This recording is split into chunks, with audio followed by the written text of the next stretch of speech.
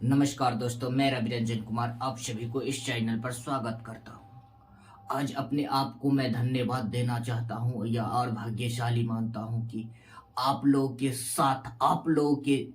साथ हमको सफलता के राह पर चलने का अवसर प्राप्त हुआ।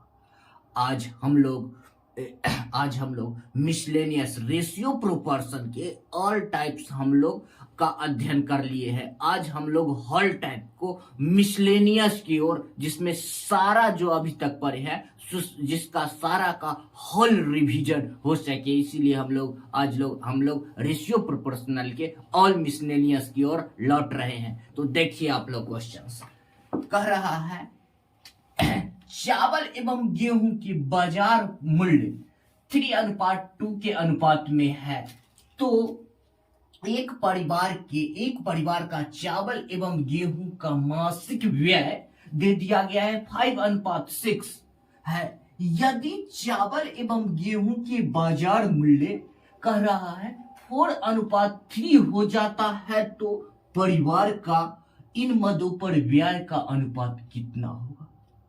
क्वेश्चन को स्टेप्स वाइज समझना है। क्या कह रहा है? यह कह रहा है चावल एवं गेहूं के बाजार मूल्य कितना दिया हुआ था?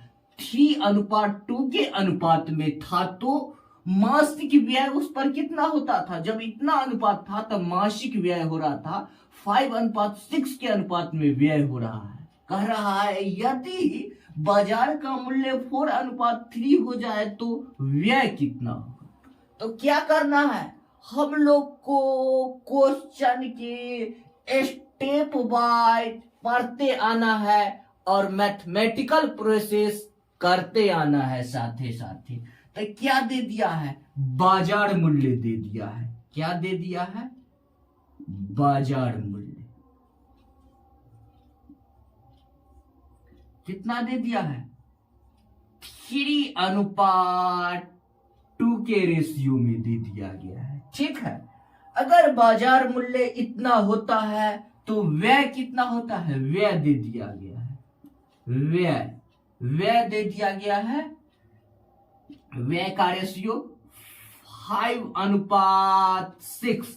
यह देखिए दे दिया गया है पहला स्टेप में क्वेश्चन में दे दिया गया है बाजार के मूल्य अगर 3:2 के अनुपात रहता है तो इस पर चावल एवं गेहूं के मूल्य पर व्यय दे दिया गया है। वह 5:6 के अनुपात में व्यय किया जाता है। ठीक है, पहला स्टेटमेंट में दे दिया गया है गेहूं एवं चावल के मूल्य का बाजार मूल्य का रेशियो क्या दे दिया गया है? 3:2 के अनुपात में। अगर इतना के रेशियो रहता है बाजार के मूल्य में, तब व्यय रहता है 5:6 के अनुपात में। कह रहा है यदि अगर बाजार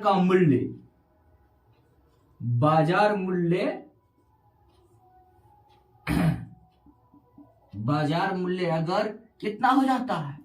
4:3 के अनुपात में हो जाता है, तो व्यय क्या होगा? व्यय क्या होगा? व्यय पूछ रहा है। ठीक है, हम लोग 1 मिनट देखिए, आप लोग थोड़ा सा गौर फरमाइए, ध्यान लगाइए।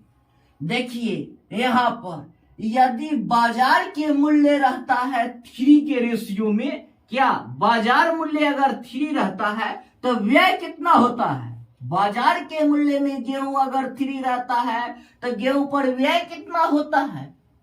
5। अगर बाजार मूल्य 3 तो व्यय कितना? 5। तो क्या लिखे हैं? व्यय मूल्य बटे व्यय के रेशियो। ठीक है, आगे देख रहे हैं। आगे क्या कह रहा है? अगर व्यय कह रहा है, अगर व्यय कितना हो जाए? 4।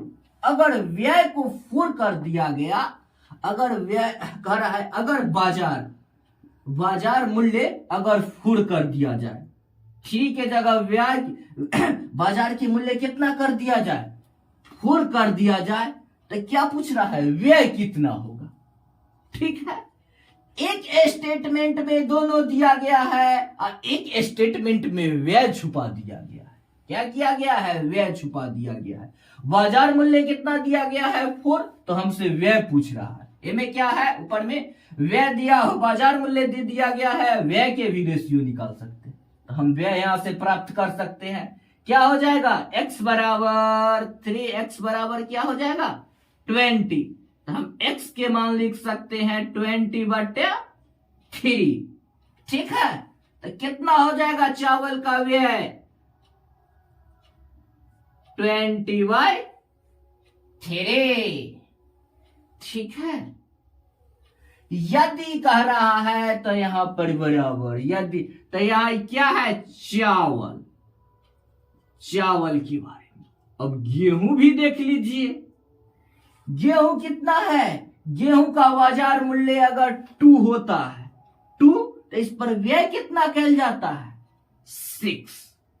ठीक है, कह रहा है, ठीक है 6 होता है। कह रहा है यदि बाजार मूल्य को अगर कर दिया गया, क्या कर दिया गया, बाजार मूल्य अगर 3 कर दिया गया तो व्यय कितना होगा। 3 कर दिया गया तो यहां पर हम लिख लेते हैं यदि तो बराबर, क्या लिख लेते हैं 3, तो व्यय कितना हो गया, व्यय माने x, तो क्या हो जाएगा 2x बराबर 18। x के मान कितना आ जाएगा 9।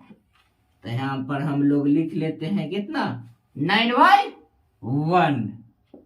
ये क्या हम लोग का निकल गया है, व्यय आ गया है जो पूछ रहा है।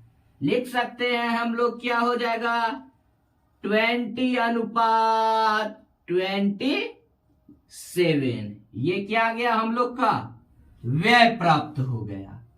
ठीक है, क्या प्राप्त हो गया, व्यय। Option number B4 ball.